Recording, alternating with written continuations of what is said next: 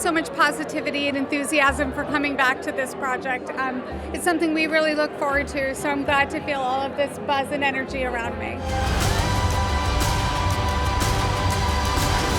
This movie's special. The first one was special, but now that we're back 15 years later, the fact that it's even happening, like with a proper premiere and the people outside, the fans all dressed up, it's like we're back. It feels so nice. There's just so much. There's so much beautiful music. I'm excited for them to discover my song called Love Power. It's written by Alan Menken and Stephen Schwartz. I think that Amy Adams and Maya are just incredible. To see Amy taking on a darker side and something different, she's so brilliant and it's so incredible.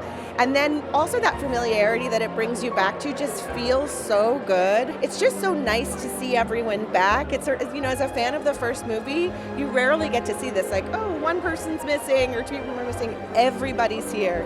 And then they padded it with more of us, so it's really cool. You know, it's the first time my family has seen the film, so I hope they enjoy it, and I hope the fans do as well. It's been a long time coming, so I haven't seen it in the final version, so I'm looking forward to it.